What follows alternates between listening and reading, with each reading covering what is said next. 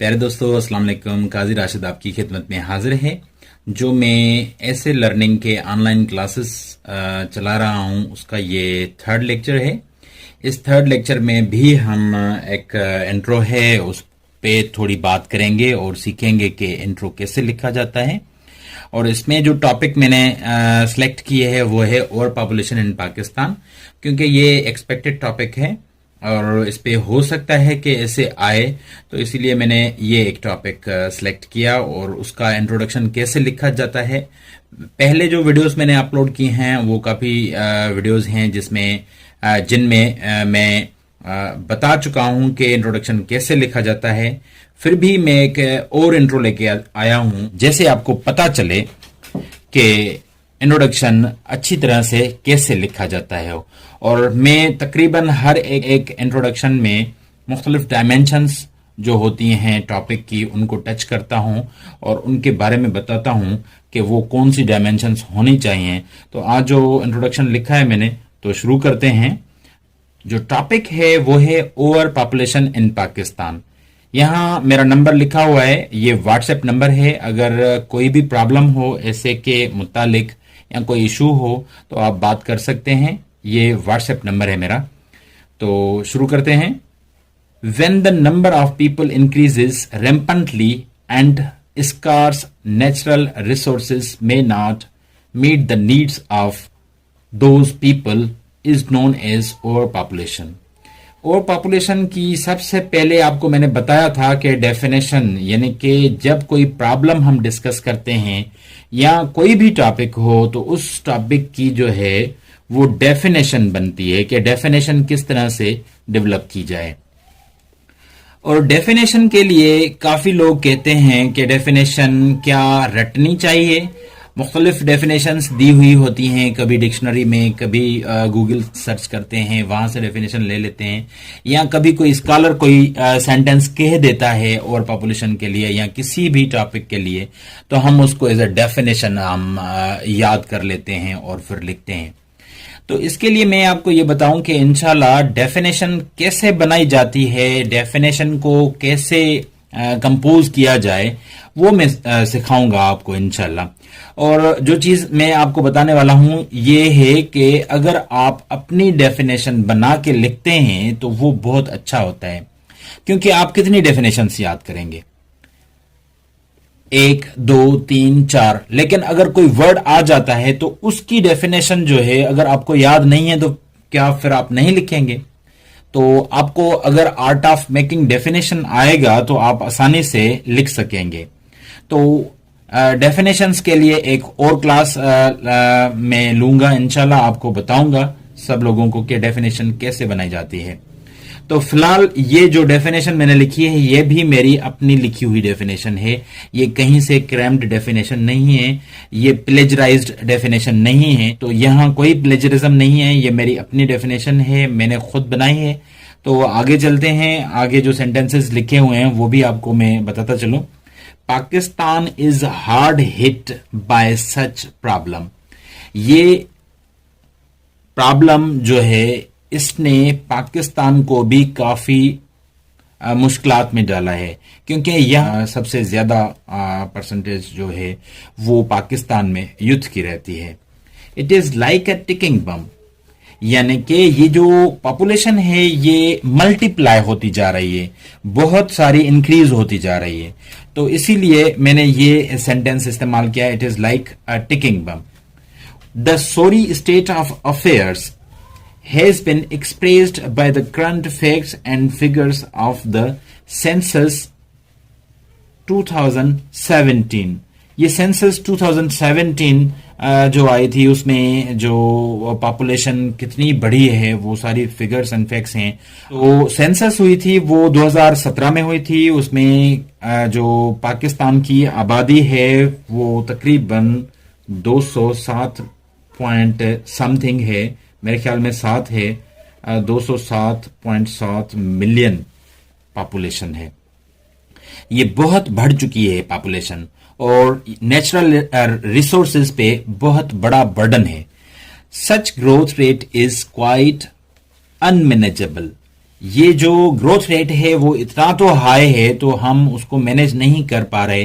Government of Pakistan उनको manage नहीं कर पा रही, और जो नेचुरल रिसोर्सेज हैं वो भी इतने नहीं हैं कि वो उनकी के रोजमर्रा की जिंदगी में इस्तेमाल हो सकें। It is adding burden on natural resources which are meagre in amount. जो नेचुरल रिसोर्सेज हैं वो इतने ज्यादा नहीं हैं, उन पे काफी बर्डन बढ़ चुका है बिकॉज ऑफ ओवर पॉपुलेशन।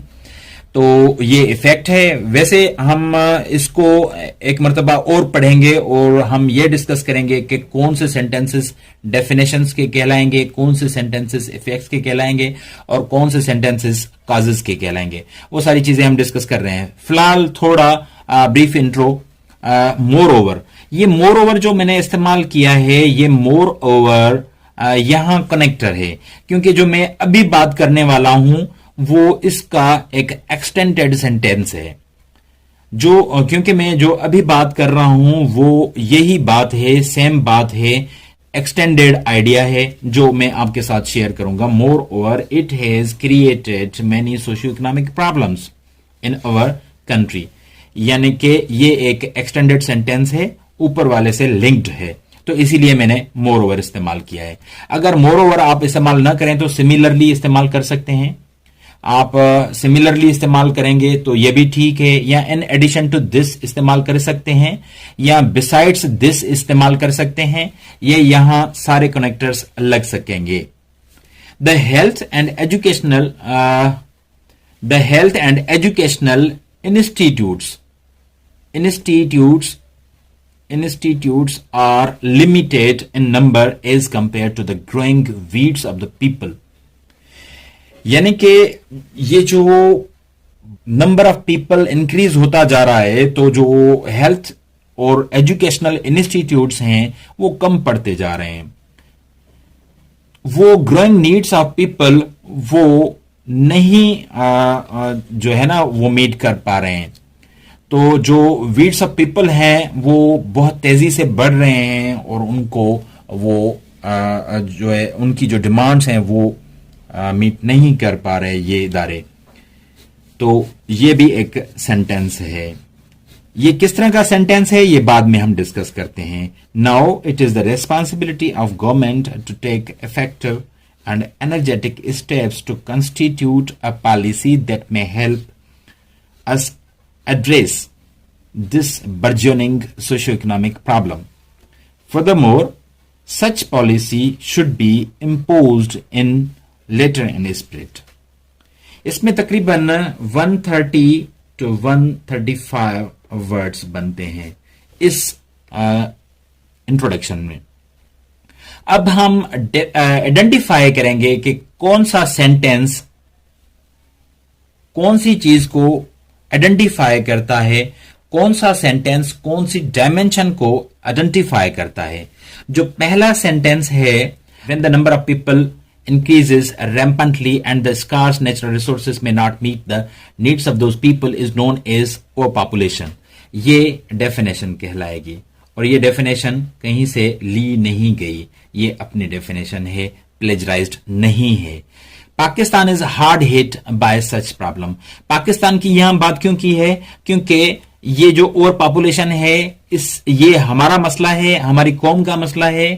तो इस मसले को हमें ही हल करना है। पहले हमें आइडेंटिफाई करना है कि ये किस कंट्री का मसला है। और वैसे ऊपर जो टॉपिक है वो भी यही है कि ओवर पॉपुलेशन इन पाकिस्तान, यानी कि यहां पाकिस्तान की ही बात करनी है, तो इसीलिए पाकिस्तान लफ्ज लिखना लाजमी है। तो मैंने वो पाकिस्तान लिखा है। It is like a ticking bomb. जैसे टिकिंग बम होता है, उसका जैसा ही टाइम पूरा होता है तो एक्सप्लोड होता है। तो यहां भी पॉपुलेशन एक्सप्लोड हो चुकी है, एक्सप्लोजन है ये पॉपुलेशन का। और ये जो टर्म है वो तकरीबन स्टैटिस्टिक्स वाले या जो सोशियोलॉजिकल सर्वेज करते हैं ये इस्तेमाल करते हैं कि there is population explosion in the world. तो इस तरह का जो वर्ड है वो हम अपने मुल्क के लिए भी इस्तेमाल कर सकते हैं। तो मैंने लिखा है। उसके बाद the sorry state of affairs. ये जो सारी चीजें, ये दो सेंटेंसेस हैं, ये इफेक्ट कहलाएंगे। ये इफेक्ट है। एक इफेक्ट ये है कि ये पाकिस्तान को हिट कर चुकी है, ये इफेक्ट है। और दूसरा ये सेंटेंस है कि this has been this is like a ticking bomb, Pakistan is hard hit by such problem, it is like a ticking bomb. ये दो जो सेंटेंसेस हैं ये इफेक्ट के सेंटेंसेस कहलाएंगे। The sorry state of affairs has been expressed by current facts and figures of census of Pakistan. यहां हमने figures की बात की है, यानी कि यहां प्रूफ की बात की है। हमने प्रूफ देने की कोशिश की है कि ये जो और पॉपुलेशन की बात कर रहे हैं ये बात हम अपने दिमाग से नहीं कर रहे, ये हम according to the census of 2017 से बात कर रहे हैं। Such growth rate is quite unmanageable. यहां हम अपनी मजबूरियां दिखाते हैं, यहां हम कंपल्शन दिखाते हैं। कंपल्शन यह है कि हम इतनी तो आबादी बढ़ चुकी है जो अब ये मैनेज नहीं हो पा रही। उसके बाद it is adding a burden on natural resources which are meagre in amount. यहां हम नेचुरल रिसोर्सेज के बारे में बात करते हैं, जो कंजम्पशन होती है हमारी वो पूरे नहीं हो पा रहे। जैसे कि नेचुरल रिसोर्सेज की जो गैस है, गैस की शॉर्टेज कितनी हो रही है, और जैसे आपको पता है कि क्रॉप्स हैं वो भी इतने ज्यादा नहीं हो पा रहे। तो ये सारे जो प्रॉब्लम्स है ये कंजम्पशन में आएंगे। और उसके बाद मोर ओवर हमने तीसरी बात की है वो सोशियो इकोनॉमिक प्रॉब्लम्स की बात की है कि सोशियो इकोनॉमिक प्रॉब्लम्स जो हैं वो पैदा हो चुके हैं। तो ये एक इफेक्ट है, सोशल प्रॉब्लम्स का पैदा होना ये इफेक्ट्स है। उसके बाद the health and educational institutes are limited in number as compare to the growing weeds of people.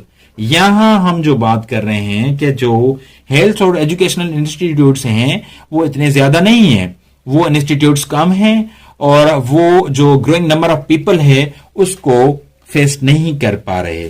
तो यहां हम एक अलहदा इफेक्ट की बात कर रहे हैं, लेकिन यह भी इफेक्ट उस तरह का इफेक्ट है जो कंपल्शन वाला इफेक्ट हो। ठीक है, तो यह भी एक कंपल्शन वाला इफेक्ट है। Now it is the responsibility. यहां हमने सेंस ऑफ सॉल्यूशन की बात की है। यहां हमने गवर्नमेंट को याद दिलाया है कि ये जो प्रॉब्लम है ये कम होना चाहिए, इसको हमें इस प्रॉब्लम से हमें जान छुड़ानी चाहिए। तो उनके लिए गवर्नमेंट को जो सजेशन दी गई है वो एक मेजर सजेशन है।